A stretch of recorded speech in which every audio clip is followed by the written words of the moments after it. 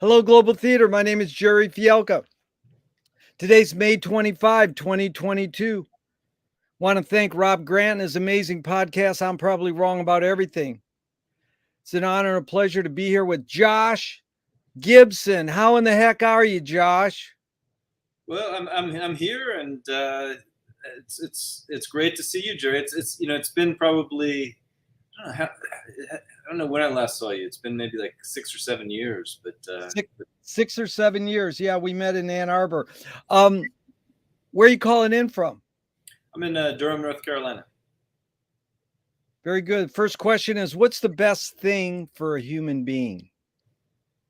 The best thing for a human being. You ask the hard questions, Jerry. I think good food, love, and I would say art. I like those three things. We should share a pizza together. Yeah. Hang out and share some art. So, what's your favorite form of information? How it comes into you? I'm a bit of a Luddite, Jerry. Like I still like books, believe it or not. I like reading books. Um, you know, I like getting away from the computer whenever I can. I think that's one of the reasons that I'm a filmmaker. One of the reasons that I still decide to work in analog is that it takes me away from the computer, and so I like forms of communication that I can actually touch, that are tactile and that I can hold in my hands, that sort of thing. I can dig it. Just for a divert, did you become a reader because your parents were telling you to read? They read by an example or on your own? My mother was a English professor.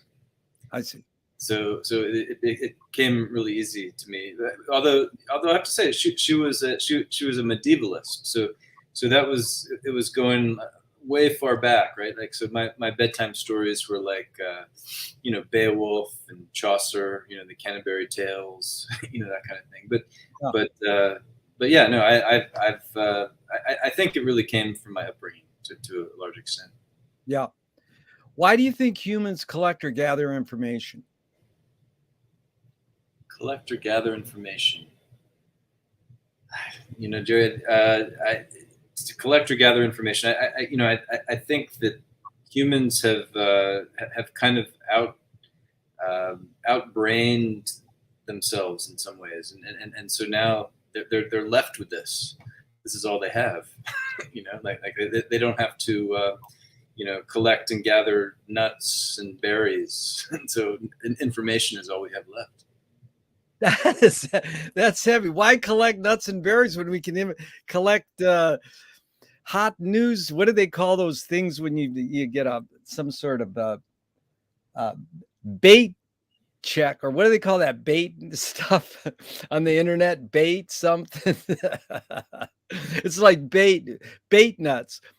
So, Josh, do you think this need or want to collect information is more innate or more invented?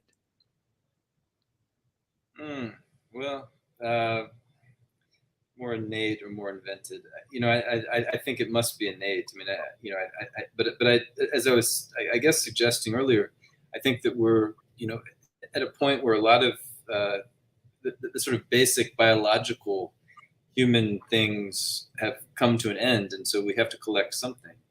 And information seems to be what we have left. We don't need the nuts and berries anymore. I mean, Yeah, we can get those at the Amazon. at Amazon. No, I know what it was called. Clickbait. That is such a great word. Clickbait. So, do thoughts create emotions?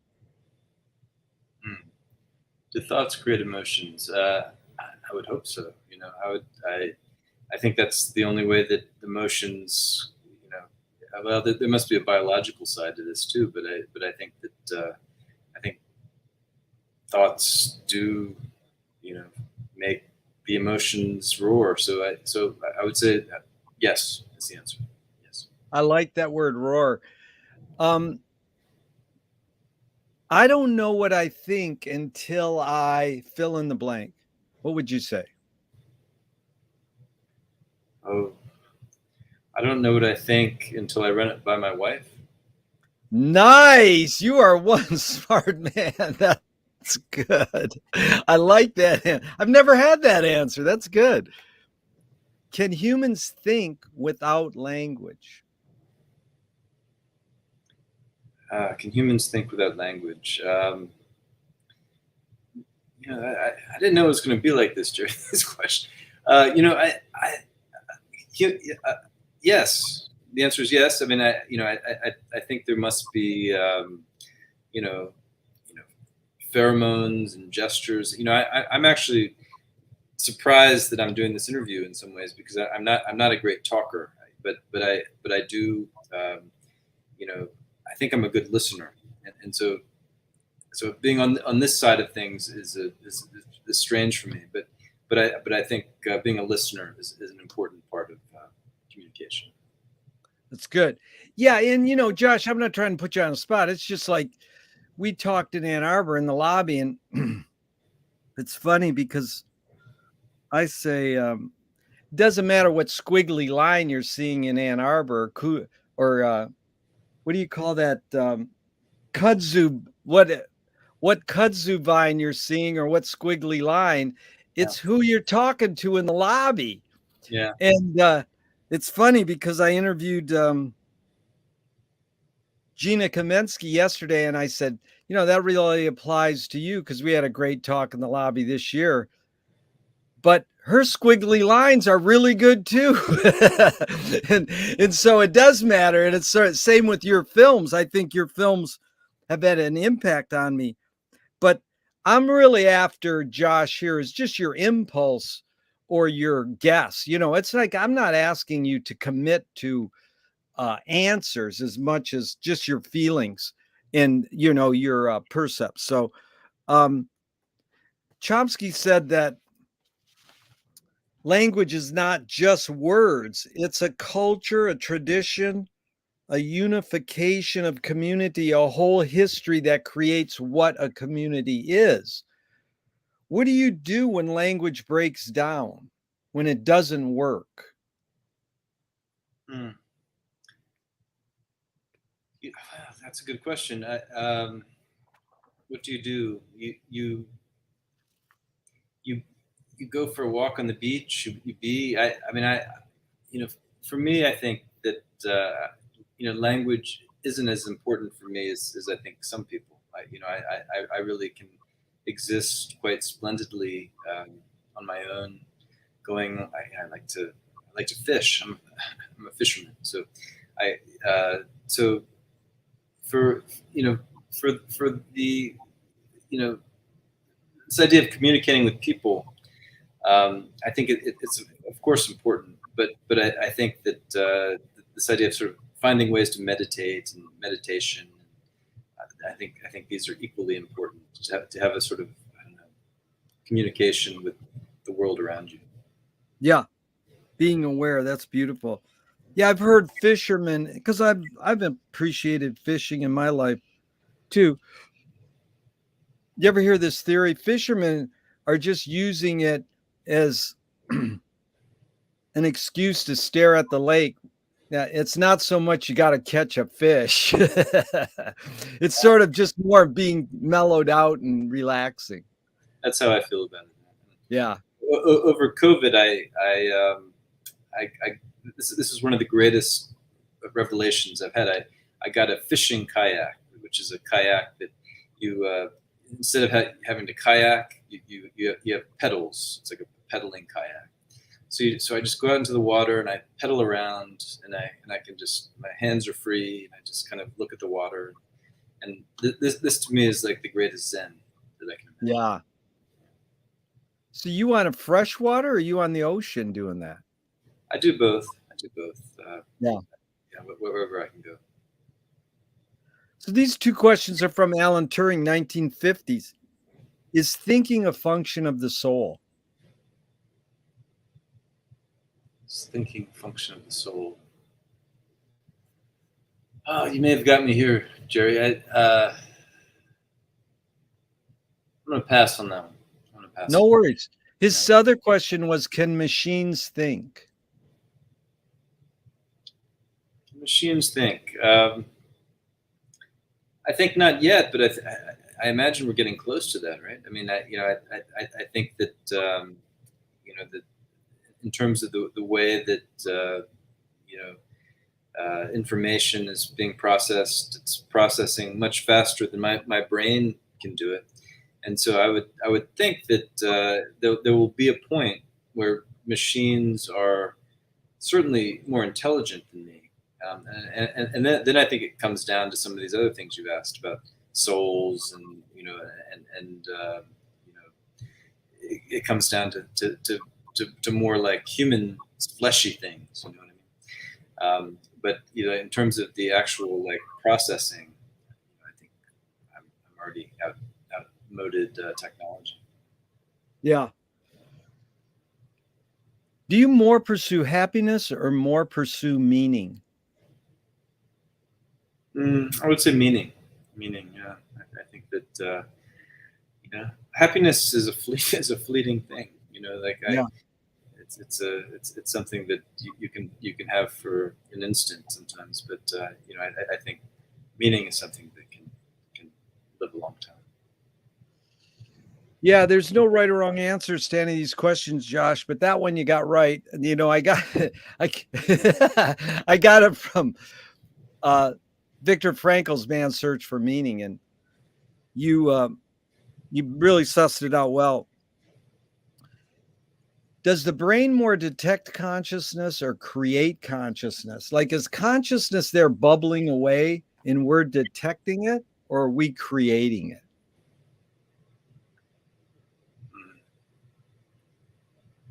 Does the brain detect creating consciousness? I guess I think that we're creating consciousness. I would assume. I think that we are only aware of our own existence. In that sense. So you know, at least for me, like I'm not trying to detect anything. I'm just being and living. Yeah, it's good. Audre Lorde, the poet, said you can't dismantle the master's house using the master's tools. Yvonne Rainer responded and said, you can if you expose the tools. What new tool do you suggest? And just to put it into context, Josh, just because I open some of these questions with cute quotes, it doesn't mean you have to apply them. You put the question into the context you want. So I'm basically asking you, what tool do you gravitate towards? And you can apply the word new to it if you want, and you can apply dismantling the master's house to it if you want. These are hard questions. Tools. You know, um, I think I have to go back to what I do. Right.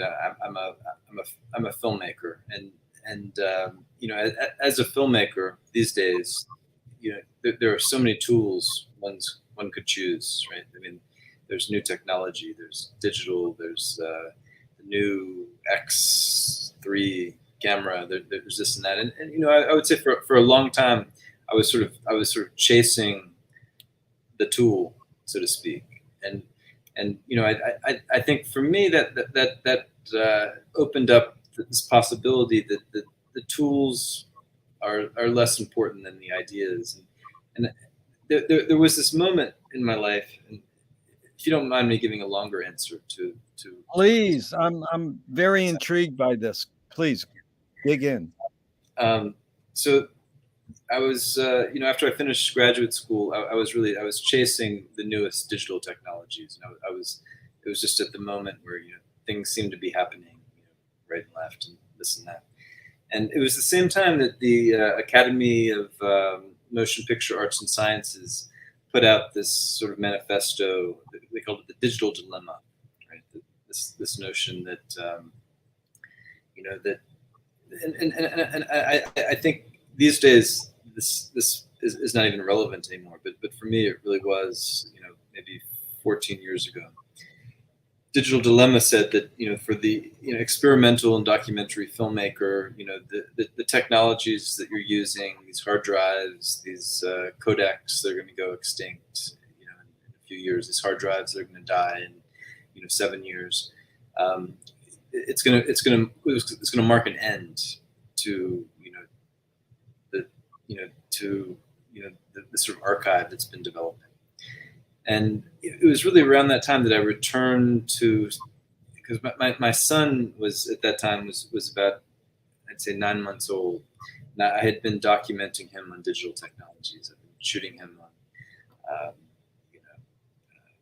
whatever it was, the latest camera of that time, and filling up hard drives with it. And then I read this report, and I said, well, gosh, there's really, he's never going to be able to see this, because this hard drive that I'm filling this thing up with is going to go kaput. And unless I keep, making more hard drives and doing this and that, he'll never even see this thing. And so I kind of decided that, okay, I would shoot his first drool and his first steps on celluloid. And I kind of figured out a way of doing that seemed affordable, that seemed, I built a darkroom in my basement. I discovered, different ways of using cheaper film stocks, laboratory stocks, things like that I could start sort of documenting these things that I was just sort of chasing technology with. And, I think finally,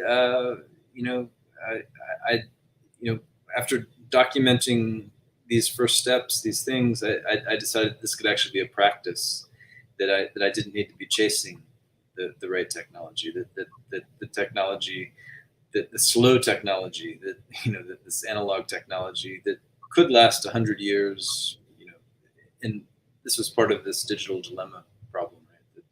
That the celluloid film stock in good condition can last much longer than the hard drive.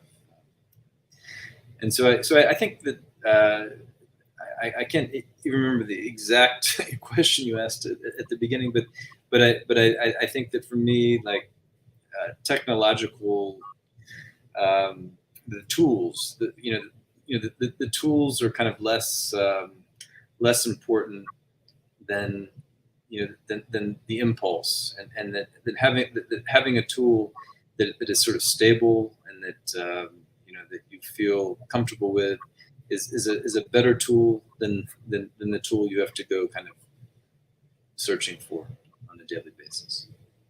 Yeah. No, that was deep. It brought up a lot. First of all, do hard drives actually die? Did you just put them on the cloud? Because you didn't lose all your digital footage of your son. You did something with it. Well, yeah, I did, but at that time there was no cloud. There was no cloud, so yeah. So there is it I, true hard drives die after 7 years? You can't see what I can see, but over here in my corner, I have like a whole shelf full of probably about 64 hard drives, and Right. Many of these hard drives I cannot play anymore. Like Oh, you I try can. I try and hook them up. First of all, there's no cables for them. I mean, I can get, but they just don't start up. They don't. And some of them I have uploaded, but Yeah. it always reminds me of this sort of death of technology when I see there.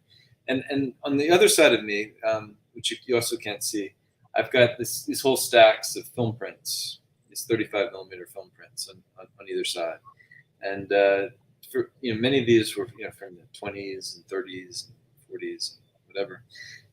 These things I can kind of count on, even if they start deteriorating, I can sniff, and I know they're going bad, and I can digitize them, do something like that. So anyway. Yeah, the old vinegar smell gives it away. But it's interesting because those are hard drives, the new non-moving part hard drives. Yeah, these are old ones.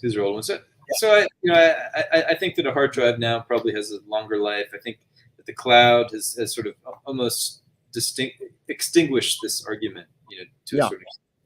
But until they turn the cloud off, then it's like, uh-oh. but anyway, this was my mentality 14 years ago, and this is kind of how I ended up where I am as an artist, because I think that it was really this moment that I became skeptical of digital. And you gravitated towards. Did you shoot your son's home movies on a Bolex or Super 8 or both? Mostly on 35 millimeter. You're kidding. 35 millimeter. Wow. And you self-developed? Yeah, self-developed. So I around that time I started collecting these Russian cameras, these Russian 35 millimeter cameras, the Convis and the Kinor and the Temp, which is a slow motion camera. And there were like almost nothing on eBay those days, And then you could get sound stock, which they use in the laboratory to just to make a little squiggle right on the edge of a film soundtrack, and the rest of it just gets washed off. But so it was relatively cheap, so you could shoot that stuff. It had kind of the qualities of like kind of 1920s, but very, very high contrast and kind of interesting. And so he's documented in 35 millimeter and CinemaScope, because one of the reasons I got interested in these these Russian cameras, at that time you could also get these CinemaScope lenses for them for very little, and so that became a kind of working method of mine.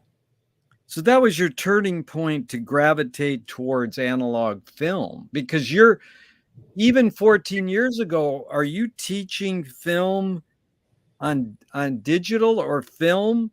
Are you teaching moving image classes on both formats, or were you told you got to teach digital? I'm now the director of the program, so I can teach what I want. But I teach some classes in digital just because you do both. Yeah, I do both. It's more practical. Yeah. But I teach. I still teach a 16 millimeter class, and this past semester I taught a new course for me, which was it's called Analog Filmmaking in Darkroom, which is really about sort of do it yourself techniques. Yeah, that's beautiful, man. You're the head of the department. You can do what you want. That's a beautiful thing. But Josh, did you see the movie Beyond the Bolex? Have you heard about it? This was the one of the woman who's like the granddaughter of the guy who invented. Yeah, I saw this. Yeah, it was great. Yeah, super. I just want to make sure, because she spent 16 years, and it's like she would come up to you in her year. I'm making a film, and she's the film student. You're the film professor. She goes, by the way, my grandfather invented the Bolex, and the teacher went, what? That was like amazing. That was amazing. That was great. Yeah. But that was good about tools, and just on to tools. McLuhan learned from the poet Ezra Pound that artists are the antenna of the race. They're broadcasting and detecting the hidden psychic effects of our inventions. So, moving image, which is your main thing, the moving image art form, whether it's experimental film or Hollywood or European art films or docs on Bolex, they have hidden psychic effects. They do more than what's evident, that what the invention was. So Pound said if we look to the artists, they'll reveal or broadcast these hidden psychic effects so we can learn to cope with what we don't like about them. Just like you don't like, probably like many people, that all kids do is stare at screens all day. Like, go fishing, go stare at the clouds. But this is their clouds. That's their cloud. They stare at the cell phone. I love, George Carlin said, whatever happened to letting kids stare out the window? And, I updated it. I said, whatever happened to letting kids stare at their cell phone, because that is their window. Yeah. You know, so we can make a value judgment and say, well, our window's better than your window, but who's to know what's better? It's like the environment. So we can cope with these hidden psychic effects if we look to the artist, maybe. But I'll ask you the question McLuhan grappled with. Why do we humans ignore the hidden psychic effects of our inventions, even though the artists are broadcasting them to us? Yeah, gosh, I mean, I'm humbled every day because I have a 14-year-old son who's living in this moment, and he's so disinterested in everything I do. And I'm thinking with what you're suggesting, this is his window. This is his window. We just went today because his screen had cracked. We went to an iPhone repair place. I mean, this was pretty much the most important thing to him, was to get his screen fixed, so that he could look back into his window. So I have actually, I'm humbled, by being a teacher. I'm humbled by being a father. I know that what I believe is only a small little fleck of what the world has to offer. But I have to just stick with my guns on this, because that's all I have. But I do know that that this is not what pleases everyone. Yeah. My son is the thing that shows me every day that what I do is totally irrelevant to him. Yeah. No, it's beautiful, Josh, because you also evoked the guy who basically introduced us by inventing the Ann Arbor Film Festival, George Manupelli.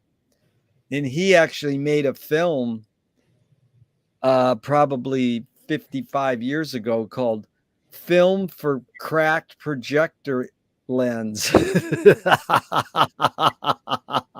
So that's like me and you might go, wow, what a cool film. We don't want the cracked lens fixed. But your son is like, dude, I'm staring at this piece of glass. I don't want a crack there. That's right.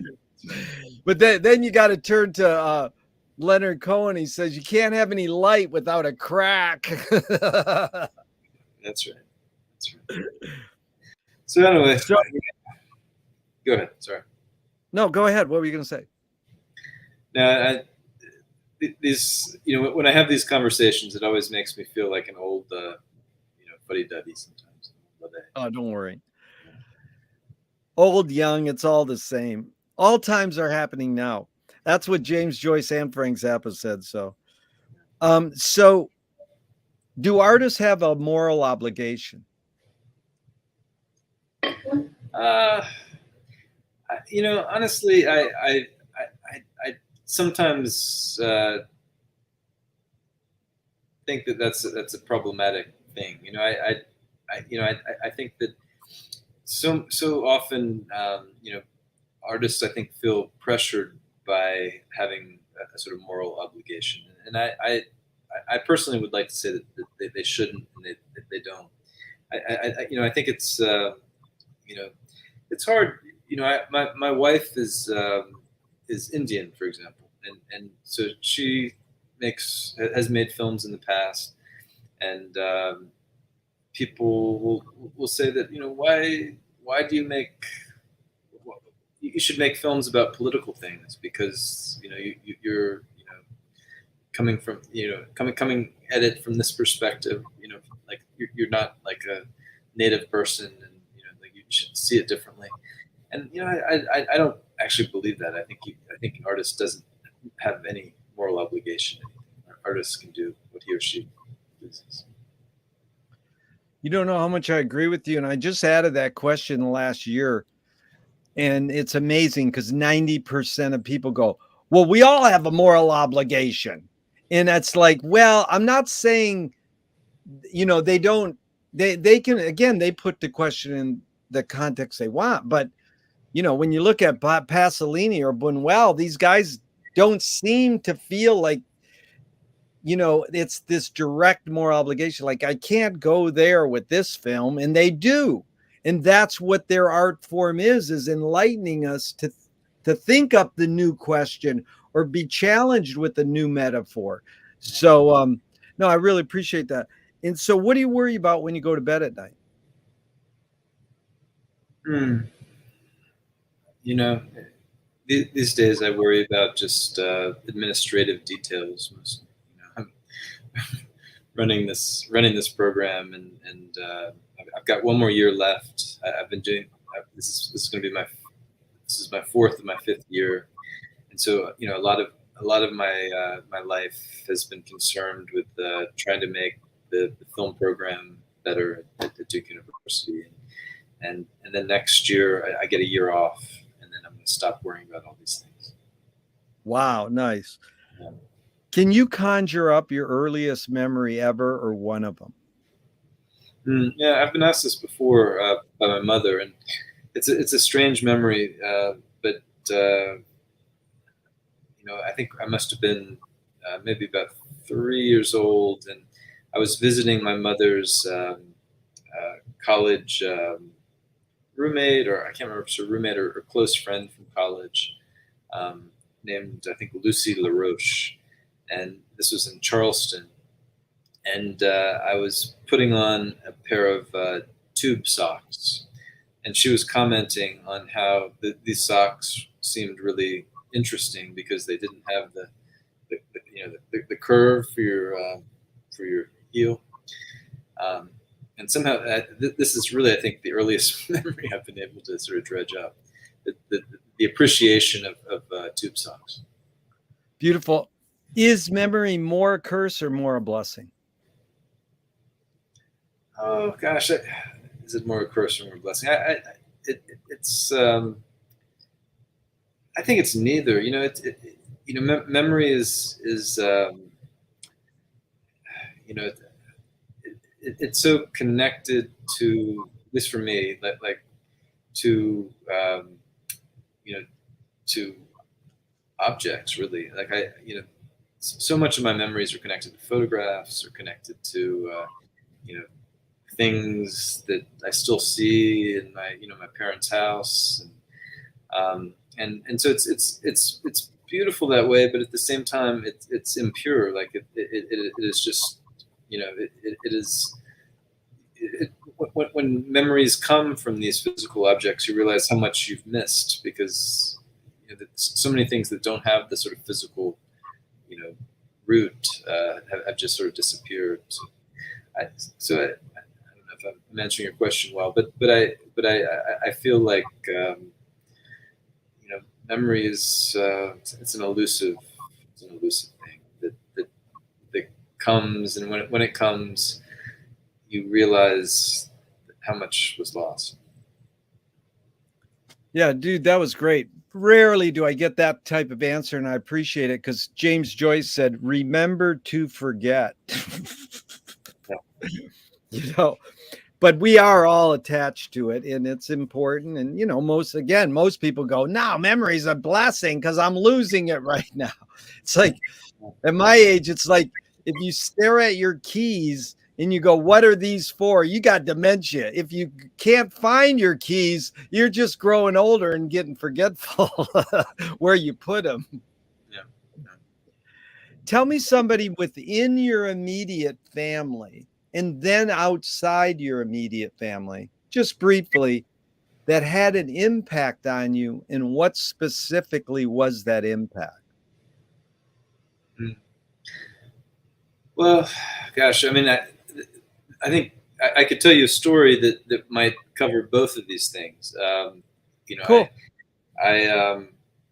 you know, I'd gone to college to I don't know what I was going to do. You know, I was pre med initially, became an English major, but I was, you know, I was sort of interested in film, but not particularly. I mean, I had, you know, but I took this this program, a study abroad program in India, sort of studying sort of Indian Indian cinema, Indian culture, And as part of this program, I was working on a documentary in Mumbai, at the time called Bombay. And I'd been working on this for several months. I got really interested in this sort of community of, I guess you call them, slum dwellers or pavement dwellers. But the short answer to this is that, after having worked on this for several months, one of my subjects ended up stealing my camera and most of my footage. And I was talking to a friend of mine in this restaurant in Bombay, telling him about how it happened. And I was, of course, devastated at the time because, of course, I was not a good filmmaker, but the footage had taken on sort of Emmy award-winning proportions, in my mind. But this man from the table beside me, he said, I couldn't help overhearing your story. Could you repeat it? And so I told him about how the camera got stolen. He says, it's a beautiful story. He says, it's the best possible thing that could happen to a young filmmaker. It will contribute to the unfolding of your disposition. And I was skeptical, about this, but I ended up talking with him. He ended up being this Indian filmmaker who was sort of was part of this sort of Indian new wave of filmmaking, and he was really sort of encouraging, and I had a good conversation with him. And it just so happened that he knew the professor that had brought us to India, and so the next year I'd gone back to my university. The next year, he got invited to come as a visiting filmmaker, and so I studied with him, and we became really good friends. And after I graduated from college, I became his teaching assistant. I studied with him, and at one point, his daughter came to visit, and I was told to take her around, show her around town, that sort of thing. And then she went away, and I went to graduate school, and then I ended up getting a Fulbright to make a film that was partially shot in India, partially shot in the United States. It was a film called Two Rivers. And I went back to India, and I asked my sort of mentor's daughter if she would do because she was in design school at the time, if she would do the production design of the film. And so I hired her to do this. And anyway, anyway, we're now married. We have our a child together. My disposition has unfolded. But to me, like this is like one of those crazy stories that only happen in movies. Well, no, it's a beautiful story. And so, what's his name? The professor? Well, he's a film. Money Call is his name. He was a filmmaker. He's no longer with us, but he was part of the Indian New Wave. Who was I think he was sort of more. He was not part of Bollywood or anything like that. He was more influenced by like Bresson, Tarkovsky. Yeah. So that's an amazing story. And this unfolding of disposition is an amazing way to put it. What's another way to explain that to the layperson? What does unfolding of the disposition mean? I think it just means that, sometimes you have important events in your life that change its direction. Yeah. And I think that's all he was saying.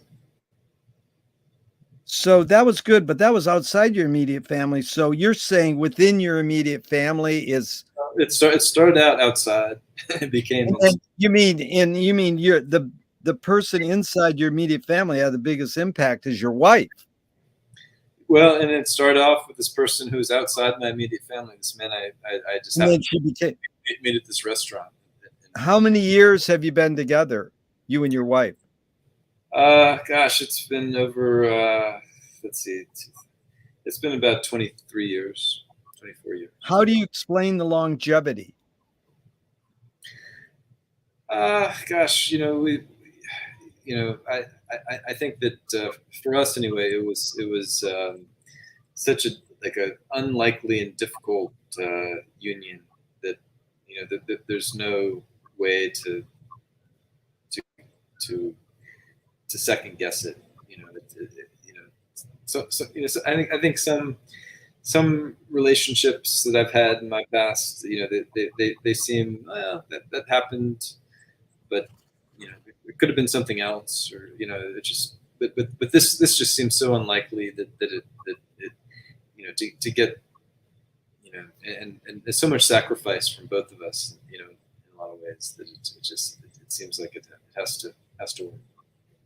Beautiful. Did your parents raise you a particular religion?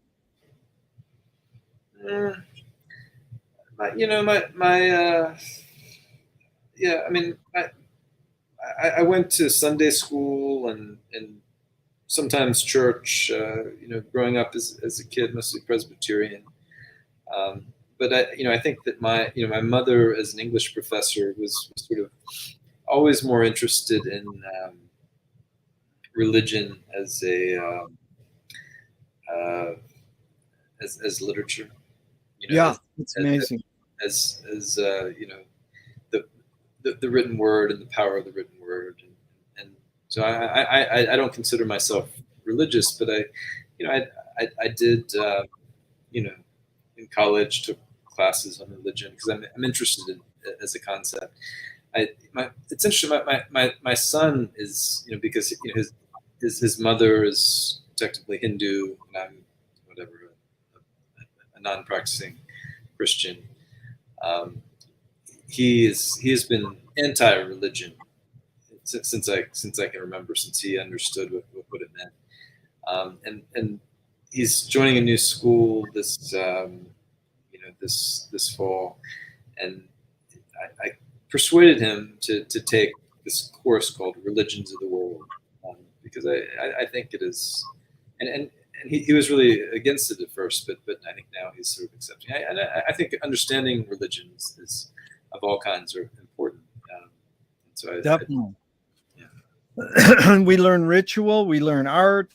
It's just that organized religion has these failings or disservices in people. So, anyways, do you pray, Josh? No. If God exists, what do you want God to say to you after you die? I don't even have that fantasy. That's good. That's fine. Do evil people exist, or does evil use people as a vehicle? Do evil people exist? I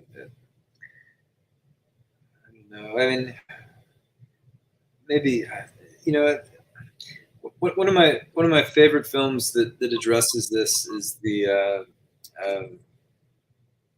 Jay Rosenblatt film Human Remains. I don't know if you've ever seen this. Whoa!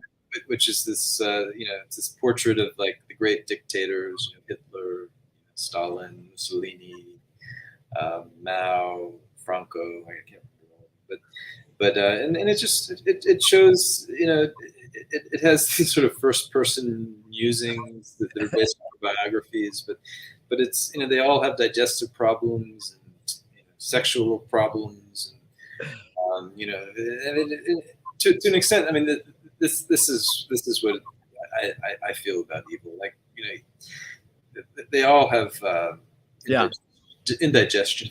That's good. No, the classic shot in that film, and all the power to Jay, because he got nominated for an Oscar this year. You know that, right? I didn't know that. Oh my God, he got nominated for an Oscar. Anyways, the classic shot is they're saying that Hitler had farting problems. Yeah, of course. And the voiceover is Hitler's words being read as though it's Hitler. Yeah. And the footage Jay has as a guy standing next to Hitler, real footage, and he's going like this. Like Hitler had just ripped a nasty fart. Yeah. No, that was a good choice. I really like that. So, but this is actually the follow-up, and it's all film people basically talking. How do you advise someone to deal with an enemy? Say, your son comes home and says, there's an enemy or a bully, blah, blah, blah. How do you advise them? Let me set it up with a few modern thinkers' thoughts. Alan Watts says, if you acknowledge your enemy, you empower them. Coppola stole from the mob and the samurais, keep your friends close and your enemies closer. JFK said, forgive your enemy, but don't forget their name. And Fellini says, I need an enemy. So it's a lot of thoughts based. Question is, how do you advise someone to deal with an enemy? But Josh, first, how would you respond to Alan Watts? If you acknowledge your enemy, you empower them. Yeah, I mean, this is sort of outside of my expertise, but you know,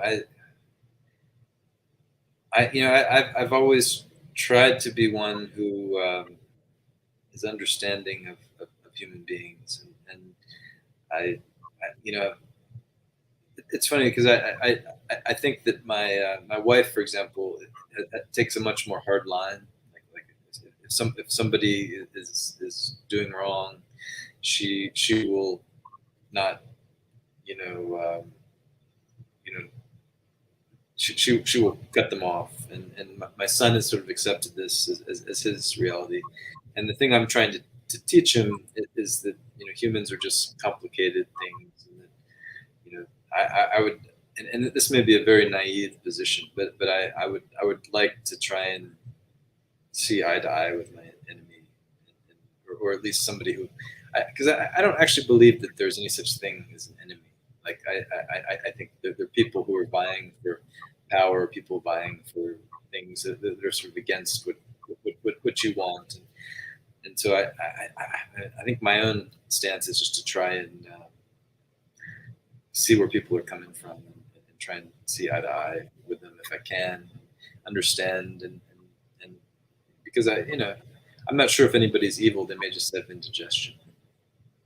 Yeah, I agree with you. It's an amazing thing. In fact, Ram Dass said, I'm having a really hard time loving George Bush. It's like fill in the blank. I'm having a real hard time loving Putin. Or, you know, Yeah. I'm having a real hard time loving that kid who just shot 20 people, you know. It's like, it's hard. But, you know, you brought up a thing that I haven't morphed into a question yet, but I'm working on it, because I don't know if you saw the film by Nina Menkins called Brainwashed, about the female gaze. And maybe, you know, Laura Mulvey's essay. I know Laura Mulvey's essay, but I don't know. Yeah, you know, from the 70s, called The Female Gaze. Yeah. So, you know, we're trying to bring this down to the bottom line first. Is human, you said it, eye to eye.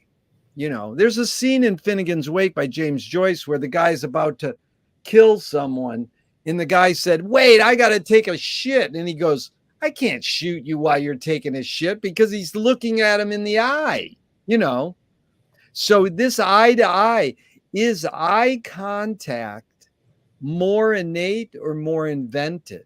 Is it something humans invented, or is it something that's innate in humans? I don't know. I mean, I know it's powerful. You know,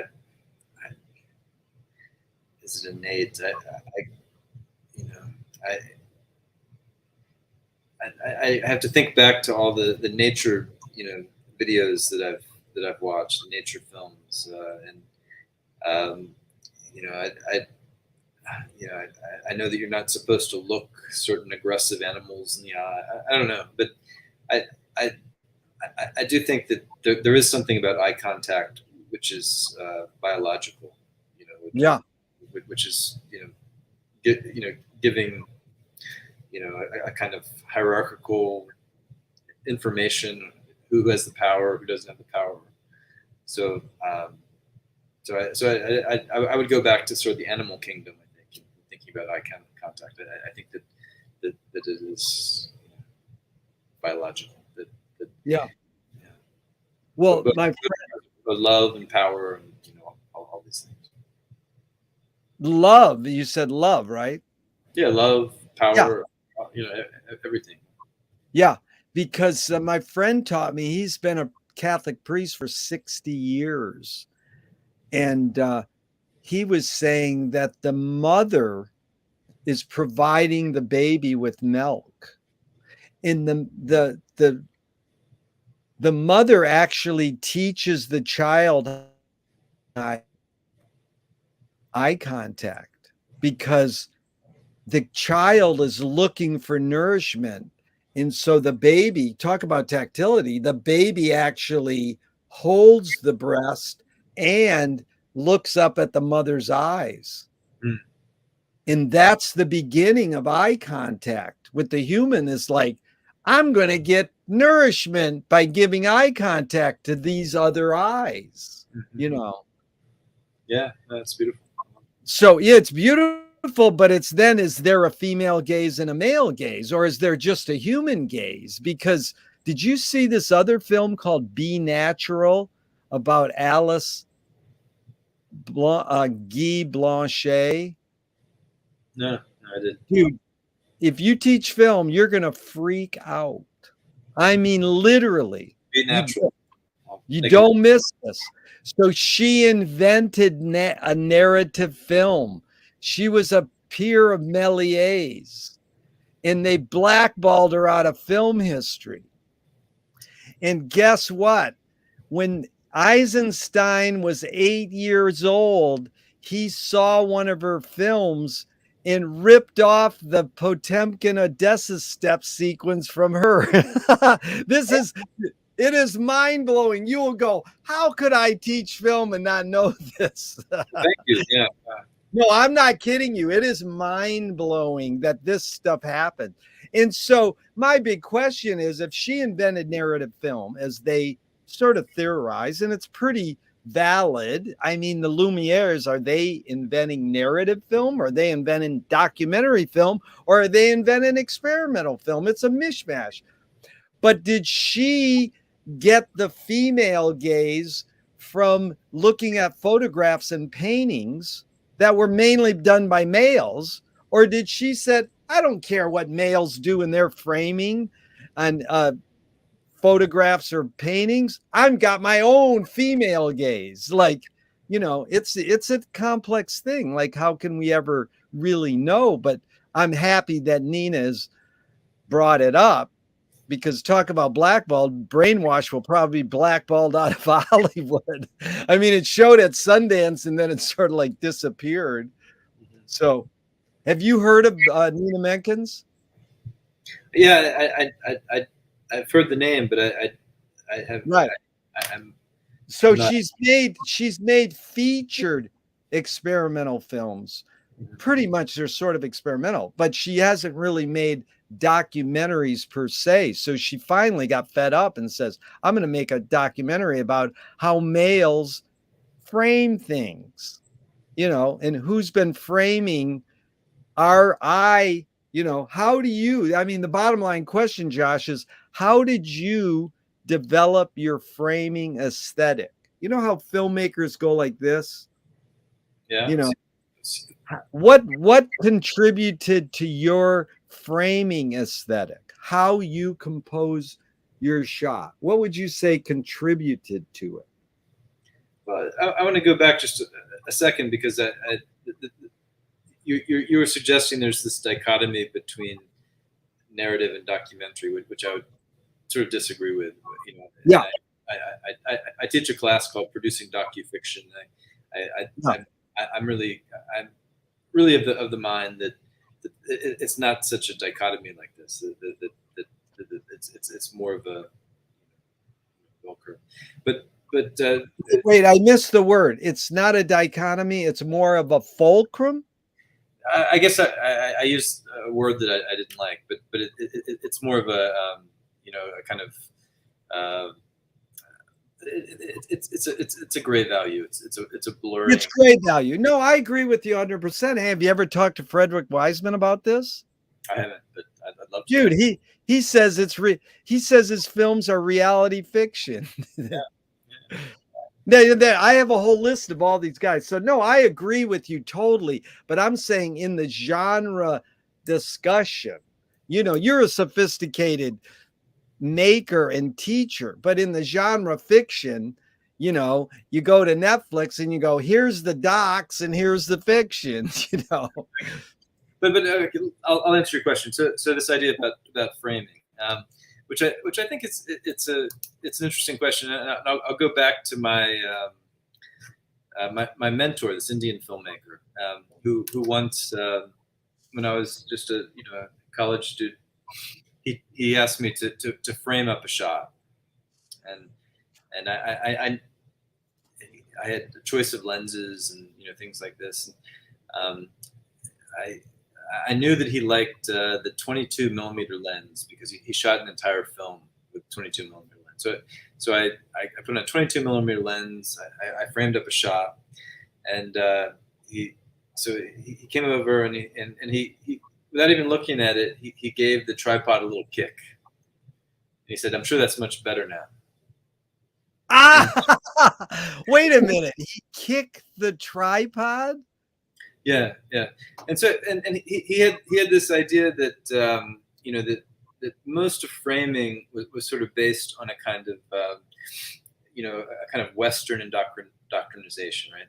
This idea that we have learned how to frame based on sort of Renaissance perspective, and all photography and film kind of comes from this, from these sort of these ideas of the golden mean and rule of thirds and all this kind of stuff that as a teacher I'm supposed to teach people.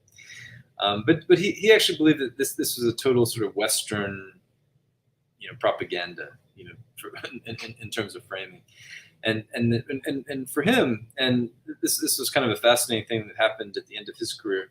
He would shoot his narrative, and we're going back to this idea of narrative, but his narrative feature films, and he would have the cameraman not look through the camera.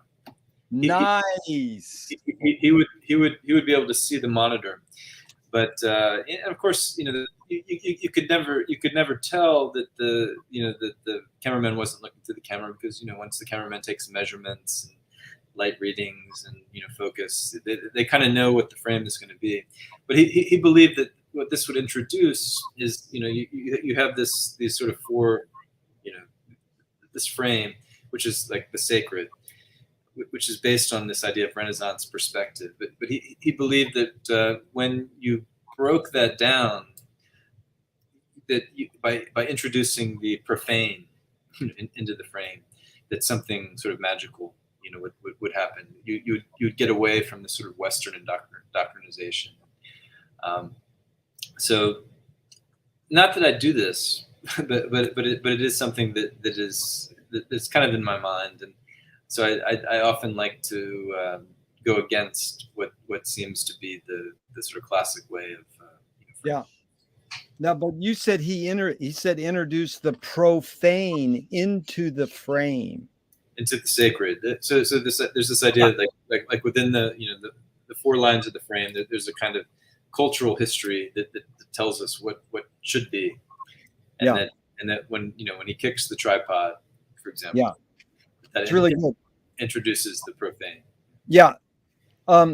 Spell his name. I missed it when you first mentioned your mentor's name. Spell it. So it's Mani, Mani, Kaul, Kaul. Kaul. Yeah. Okay. So two things, big, really great there. But before I tell you the two things, you also said, after you said golden mean, you said something about a third or thirds. Rule of thirds. Rule of thirds. Rule of thirds? Yeah. Okay. So, first of all, I asked Bruce Bailey this question. How did you form your framing aesthetic? And in Ann Arbor, before he died, it was really fun talking with him. He said, I go back to Jean Cocteau. He said, I got my framing aesthetic from the way they put the knife and fork and spoon on the table.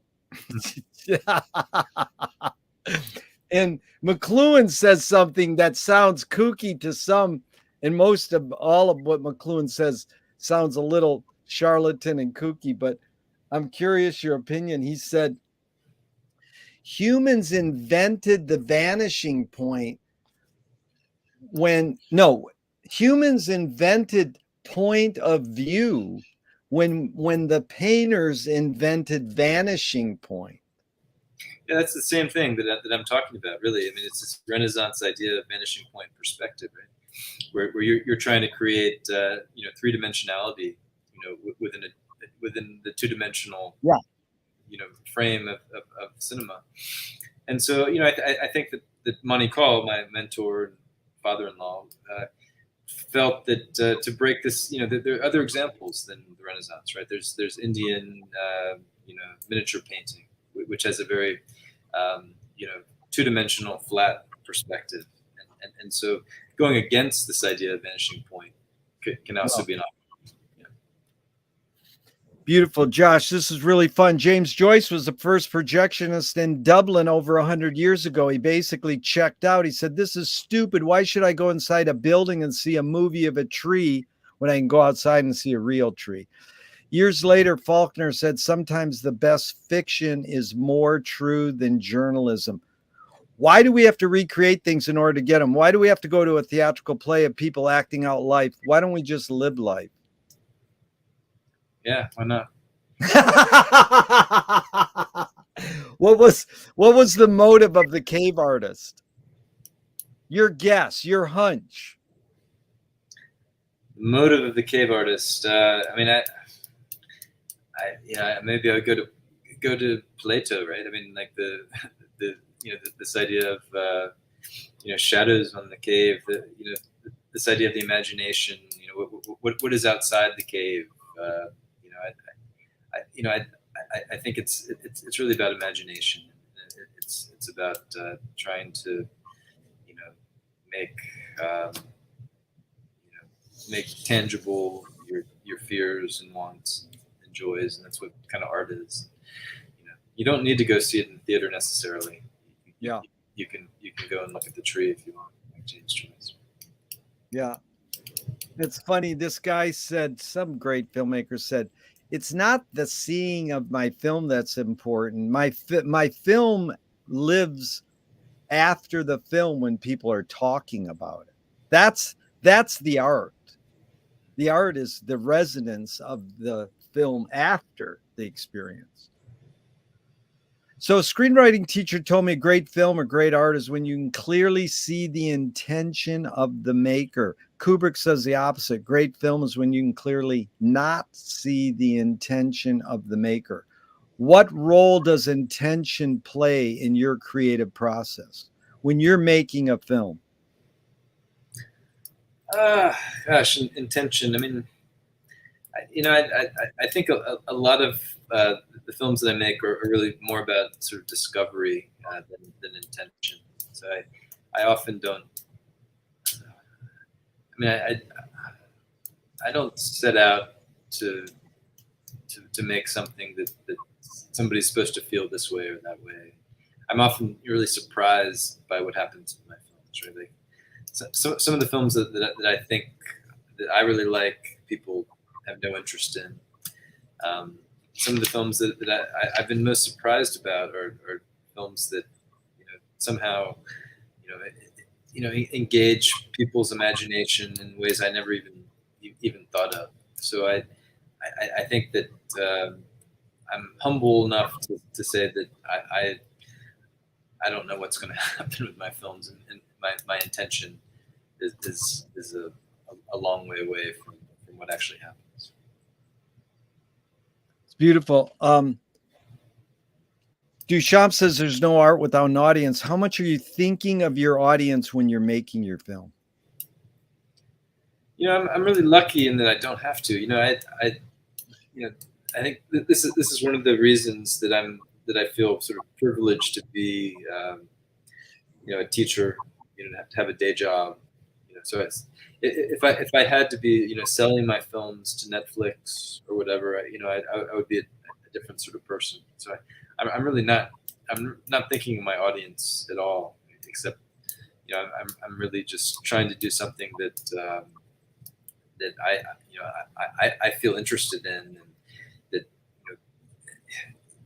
and that's really the thing I love about filmmaking is that every film is different. You have to learn different things. You have to research different things, and so I have to think about how do I want to be spending these months and years of my life, and what do I want to learn, and so that to me is much more of a sort of integral part of the thinking than what will people get out of it, because I honestly don't know what they will.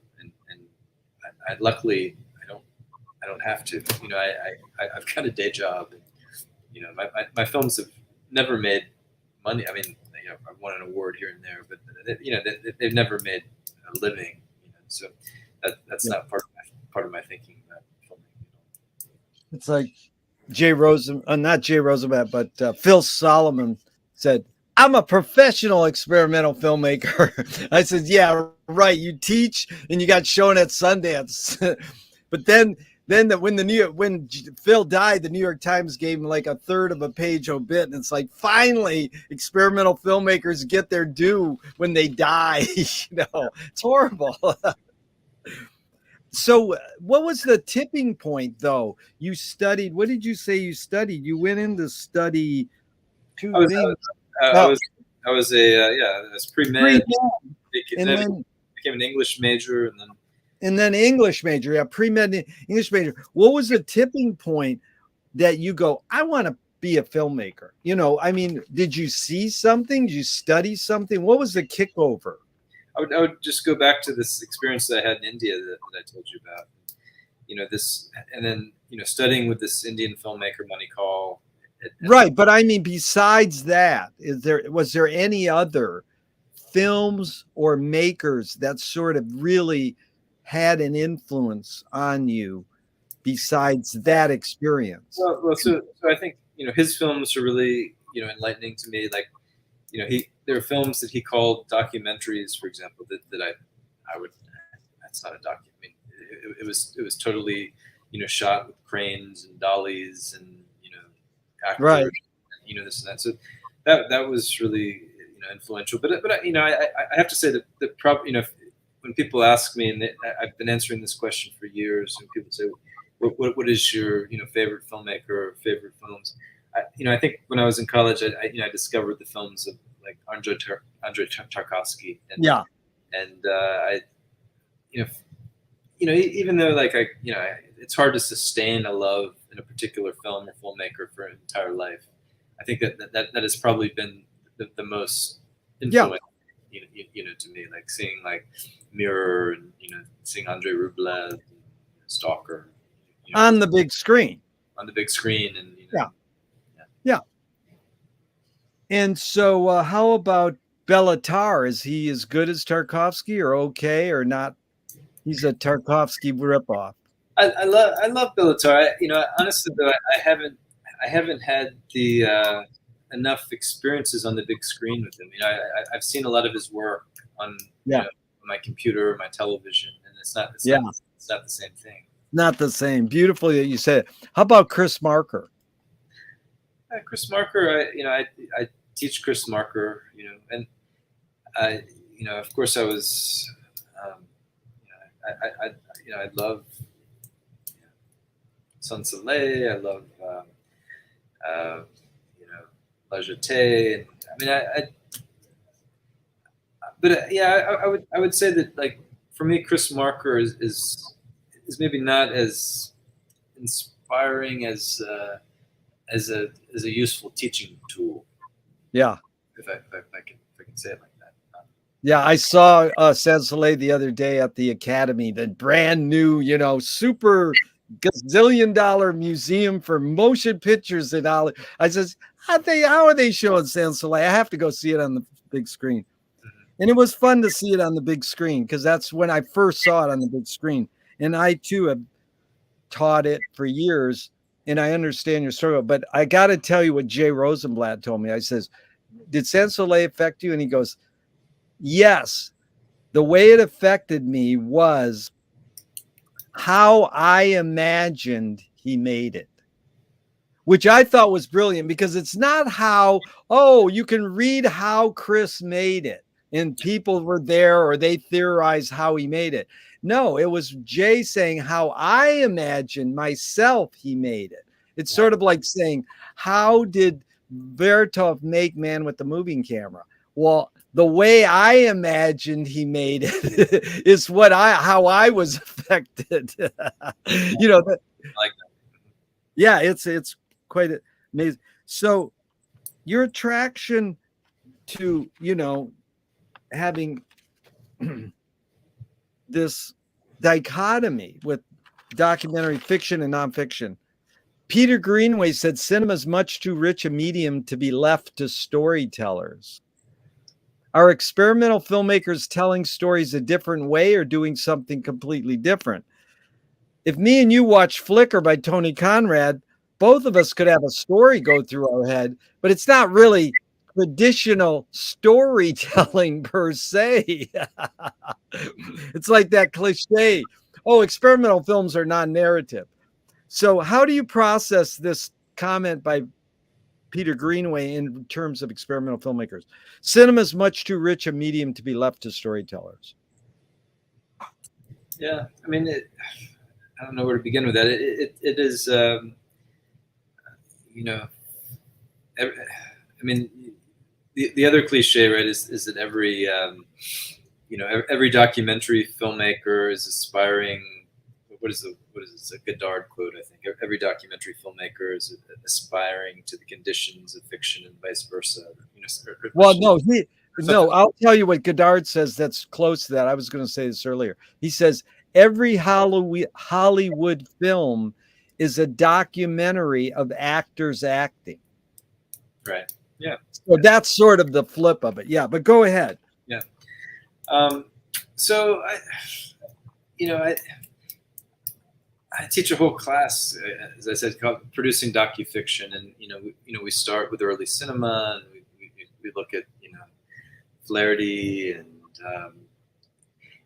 I think that I'm always interested in how, like, when you really talk about these things systematically, how it really breaks down students' worldview about sort of what they think is a documentary, what they think is fiction, what they think is experimental, because these things are really so fluid, and when you look at the history of cinema, you realize that it has always been the case, and it's easy when you look on Netflix to say, okay, this is the documentary section, and this is the narrative section, and they don't show many experimental films there, but it's really like, all these things are really aspiring to the same conditions, in some ways, and it's just like, once you kind of see the outliers in all these categories, in narrative and experimental and documentary, that's when you start recognizing it, that these are concentric circles that are kind of on top of each other, and that they're not really different things at all. There are things on the extremes that are very different, but when you really start looking at a history, and you look at the concentric circles and how they're overlapping, like in these gray areas, you realize all these things are kind of the same. At least the aspirations are kind of the same. The conversations are similar. The technology is similar. I mean, it is. I don't know. Does that answer the question? Yeah, no, that's fine. It's like Harry Smith said by studying Bruno that the function of cinema is to put people to sleep, so we can all dream together. Like Yoko Ono says, if you dream a dream alone, it's a dream. If you dream a dream with other people, it's a reality. So when we're in the movie, watching everything everywhere all at once, we think this is reality, and it is. But I got to go back to, I think one of the ultimate films is Land Without Bread, because it's an essay film. It's a fake documentary, but it's beyond a fake documentary. It's like, to me, essay films are triple fakes. Spinal Tap's one fake. Sans Soleil is two fakes, but Land Without Bread is a triple or quadruple fake. Yeah, it's beyond calling it a fake doc. Yeah, it's a fascinating film, and I always I show it in this class, docufiction. The interesting thing is it is. I mean, we can think of it, and it's often talked about as sort of a satire of the documentary. Yeah. But students these days don't always get it. they don't always get the satire because it is on some level it's so far removed from, you know, it's black and white, and it's it's from the 1920s. It's so that distance, I think, sometimes makes the satire hard to read for, you know, a young person, you know, these days. So I love the film, and I think it's really interesting, complex in the way that it's, you've got the goat falling from 3 different angles, and, you know, it's the only way that they get meat is if they eat goat. But the students don't necessarily get it because they're used to seeing, you know, this kind of stuff. That, you know, this is invaded. Yeah, you have ESP, because I was just going to ask you about the goat scene, because I'm the only one who brings this up that I've ever heard of. That goat scene could be a fake out by Buñuel to put that puff of smoke. Instead, all the film theorists go, well, they shot the goat. It didn't die of starvation. You can see the puff of smoke from the gun. But Buñuel could have done the puff of smoke to just freak out all the film scholars who would study it for years, going, that's a gun. It's like, here's a Buñuel question, since you know him. Did Louis put stones, pebbles in his pocket when he went to the screening of either L'Age d'Or or Untitled to help start the riot? Like, kill the filmmaker, this is horrible. They threw rocks at the screen, or to protect himself when they go, there's the filmmaker, get him. So then he had rocks to throw at him. So was it to start the riot or protect himself? What's your hunch more? You know, I love these kind of mythologies about film history. Right. I don't know. It's my other favorite one is you know, like when what was it, when Salvador Dali watched blanking the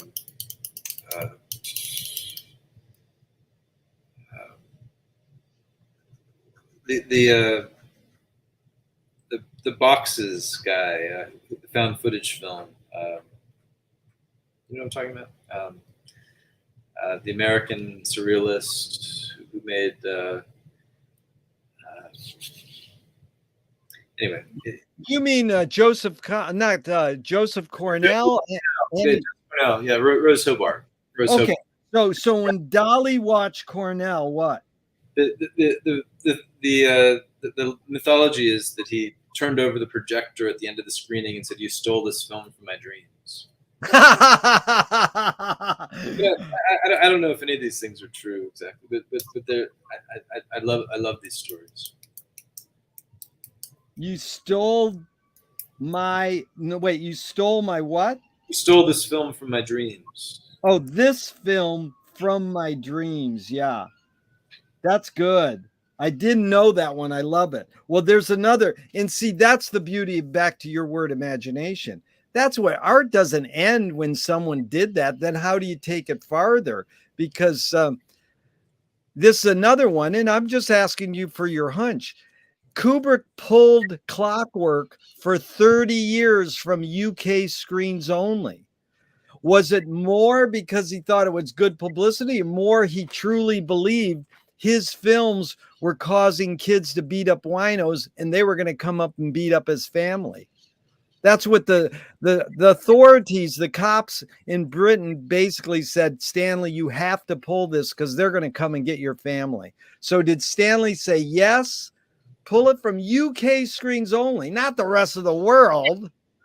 Did he say yes because it was more to protect his family, or more because he believed that it was causing kids to beat up winos?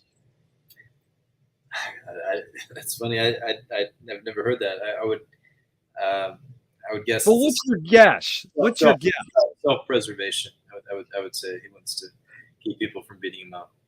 Beat him up. Guess what? James Harris sat in this very seat. He produced like 8 films with Stanley, and I asked him that, and he says, "Oh, for Stanley, it was all film and family." It's like, that's crazy. He didn't think film could cause people to beat up other people, but who knows? I mean, are emulating the shit they see on TV. They go, wow, that guy's a star. Now I can be a star. You know, Yeah. like Sidney Lumet said, cinema can't do anything, but it ain't going to keep me from trying. Yeah. You know, my friend, I says, can films actually do anything? And he goes, yeah, if you're James Dean, you put your cigarettes in your sleeve, then kids will start putting their cigarettes up in their sleeve, you know. Yeah. Yeah. But here's the big one. D.W. Griffith said in 2024, which is in 2 years, cinema will cause an end to warfare. It's like, dude, crank that back 2 years. Let's have cinema end warfare now.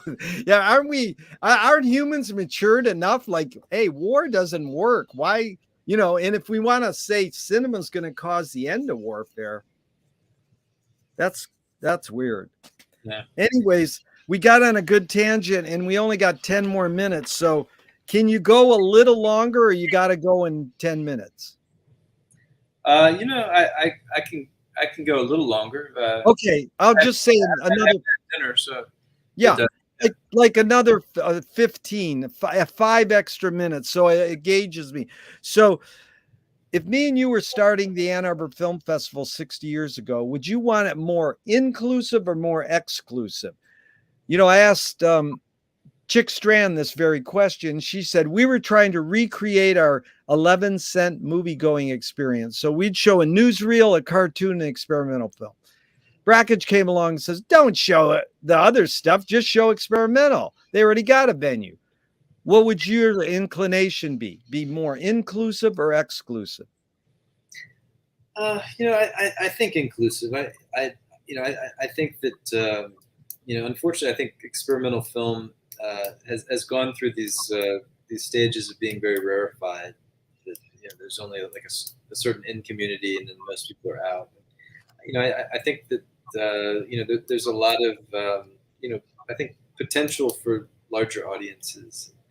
You know, to try and find ways of, you know, bringing people in through, you know, curatorial programming, through through programming. Really, I mean, I think that's the really the challenge of, you know, of a film festival is how to make connections between different works. I mean, you know, like, you know, you know, a brilliant programmer can, you know, I think can make thematic arguments, you know, for why you show a Disney film, you know, against a Brackage film, Yeah, against Star Wars, or whatever. You know, I mean, there's, you know, I don't believe in exclusionary programming. I think you should find ways of making entry points for people. I'm glad you mentioned it, Josh, because I'm curious this question too, how you approach it. What are the services and disservices of marginalizing experimental film? Jackson Pollock was on the cover of Life magazine in 1949. Regular folks in America could start developing an aesthetic on experimental painting. There was no Maya Deren or Bruce Connor's covers on Life magazine. It's generally privileged or entitled kids who develop an avant-garde aesthetic and dominate experimental film world. Any comment? Being a teacher, you know, how do you process that? Well, you know, I mean, I think that the even the harder thing to sort of get your mind around, or my mind around these days, is the fact that experimental film is not necessarily happening at film festivals. It's happening on YouTube and Vimeo. It's, you know, it's really like, you know, the medium has become so democratized, right? So that everybody who has a cell phone can experiment, you know, and so even, you know, even this notion of, you know, there was a time when, you know, to make a film was a really hard thing, right? It required equipment, it required money, it required labs, it required, you know, all these things, and now that's no longer the case at all. So you know, I think that the bigger question for me is how to get these people, these young people who are interested in moving images, you know, how to expose them to ideas that suggest that moving images aren't just Netflix, or aren't just whatever the kids are doing on YouTube, TikTok. Yeah, TikTok. or TikTok. Because it's Ubu Web. I mean, Ubu Web should have a whole column in Netflix, so you can watch. I mean, it is amazing how I encounter kids who do know experimental film, and it is because of YouTube. So I talked to Michael Apted 40 years ago, and I said, why do rock video editors feel so obliged to edit fast? He says, because we've learned to take in information faster. Most people don't know that Abel Gance invented rapid montage in 1922, but it really flourished 40 years ago when MTV started. Marty Scorsese said, I cut my films faster because of MTV. Can humans, and I ask with a bias, can humans literally learn to take in information faster, or are we just brainwashed to believe we can? I'm always surprised. I mean, I think that we can take it in faster and faster, but this is exactly the reason that I think have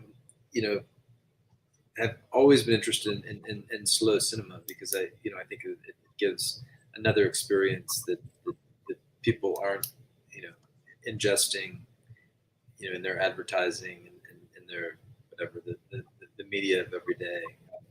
And and honestly, that's one of the hardest things to sell young people on these days is slow cinema.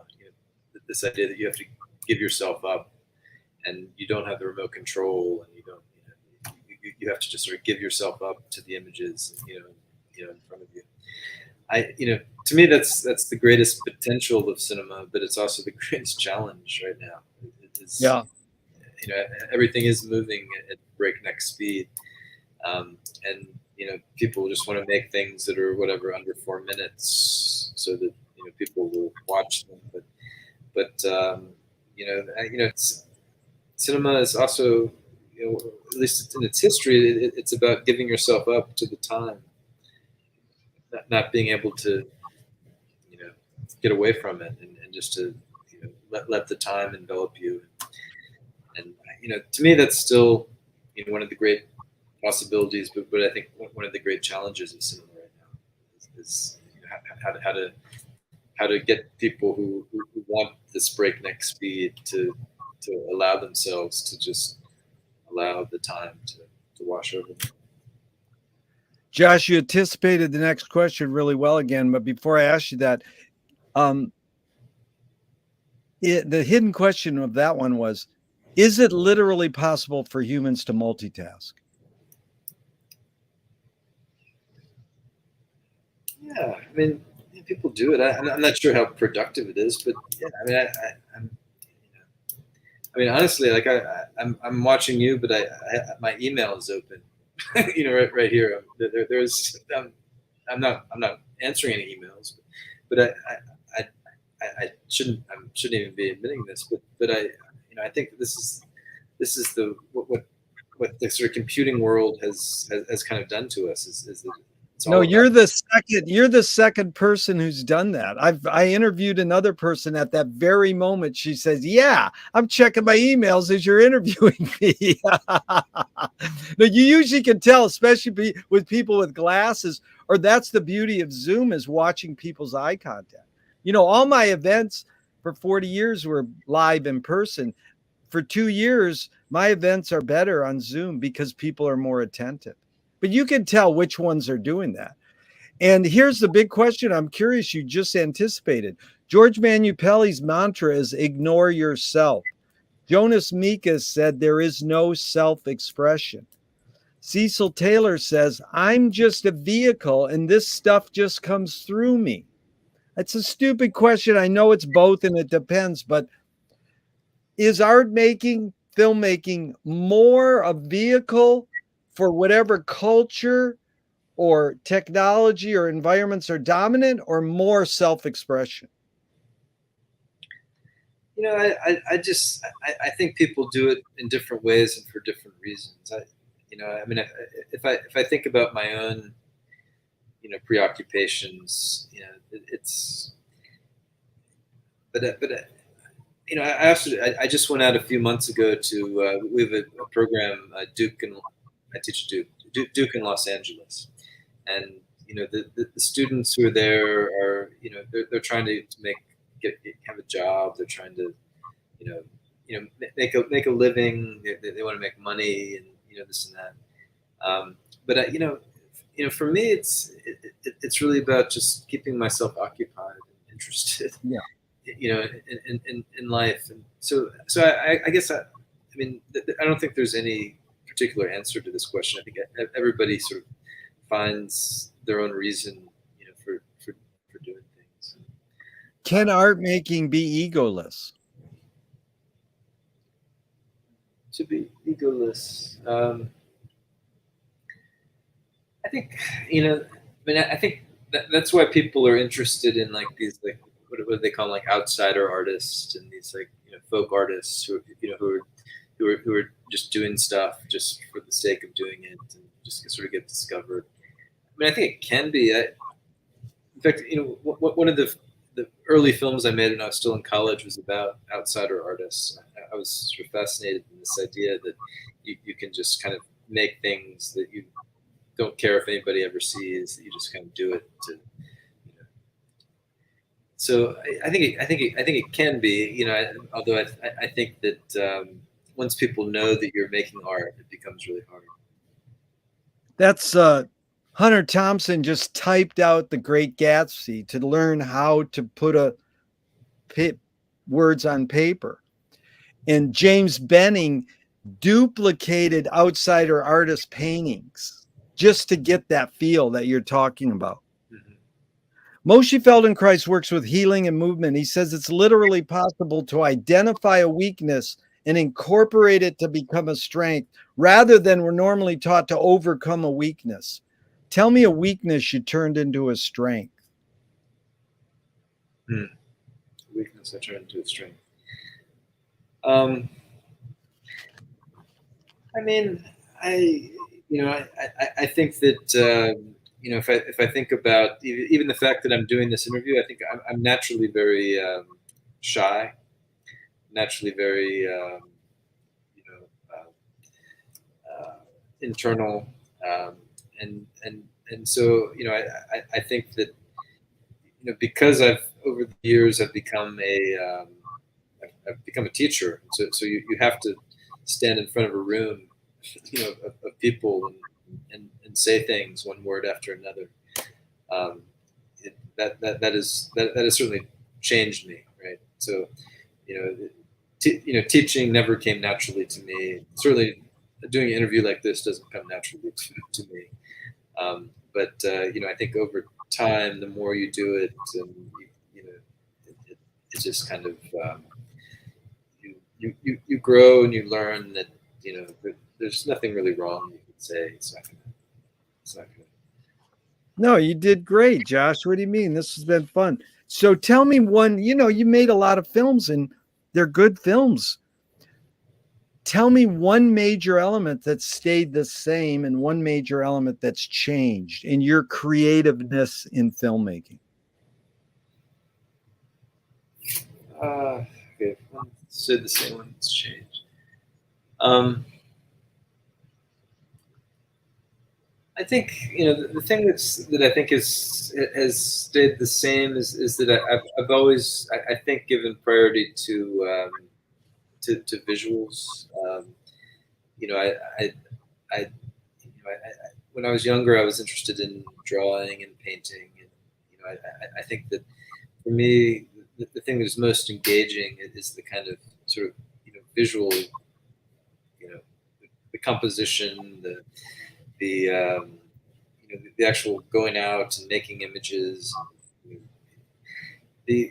So I think that has always sort of been there for me, and whether the technology has changed or I've gone back to film after trying digital things, I've always been interested in kind of the visual aspect of it. I think maybe the thing that has changed most over time is my relationship with audio.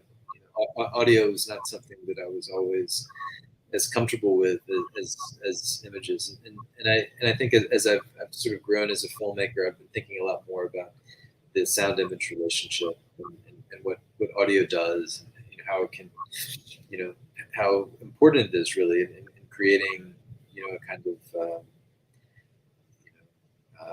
sentences, paragraphs, how it connects images and in different ways, and how this sort of added value happens. Talking with Michelle Gian, this whole thing.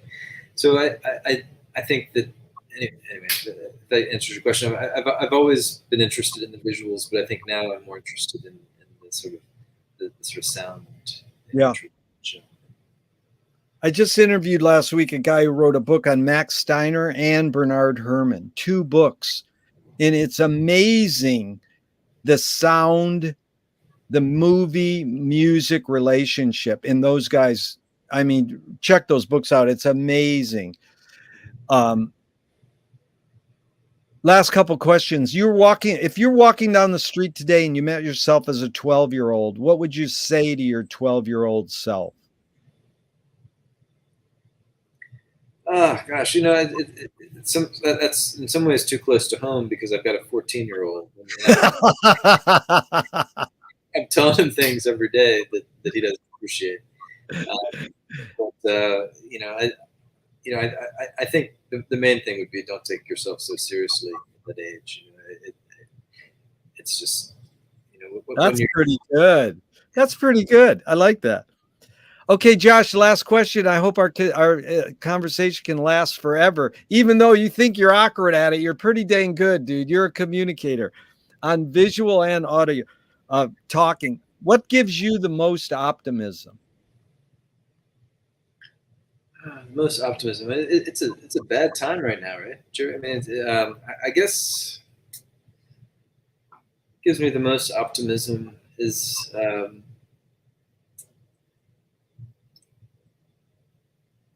I think the reason that I continue to love teaching is that I do see things that young people are doing and thinking that humbles me on a sort of daily basis, and so I think it's the next generation and generations to come that give me the most hope.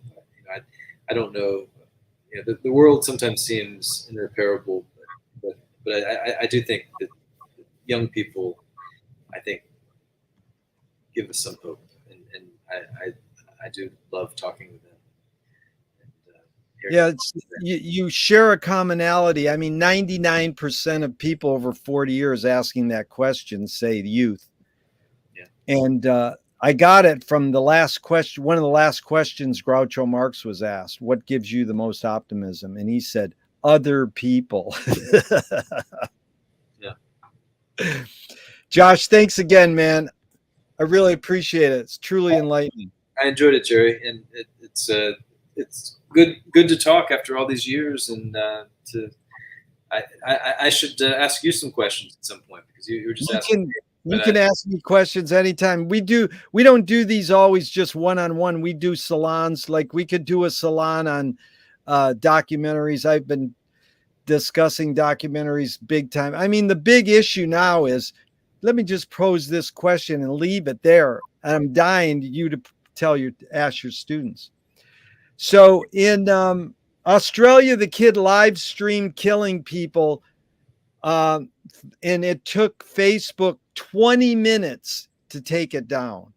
In Buffalo, he's live streaming killing people. It took Twitch 2 minutes. Who should regulate that? The platform, the government, or the user? And what do you do if the Zapruder film was live broadcasting JFK? Is street journalism, citizen journalism get a break? I mean, George Floyd footage changed the world, we hope. But did she live broadcast that on Facebook, or was it just taped? So this whole idea of live, because what we just shared together was live TV. For an hour and a half, we've been on live TV worldwide. So I mean, we didn't need anything but a little button, you know, no big clunky cameras in New York. So I mean, that's a big issue. I think that we could do a whole salon on with a bunch of these film professors like you, and you know, citizen journalists. You know. Yeah, no, it's a good question, and we should ask Elon Musk what he thinks too. Yeah, that's it. There's a lot of people we should ask. Okay, I'm going to hit the end button, but I hope this never ends. Thank you, Josh. All right, Jerry, take care. It's good talking to you.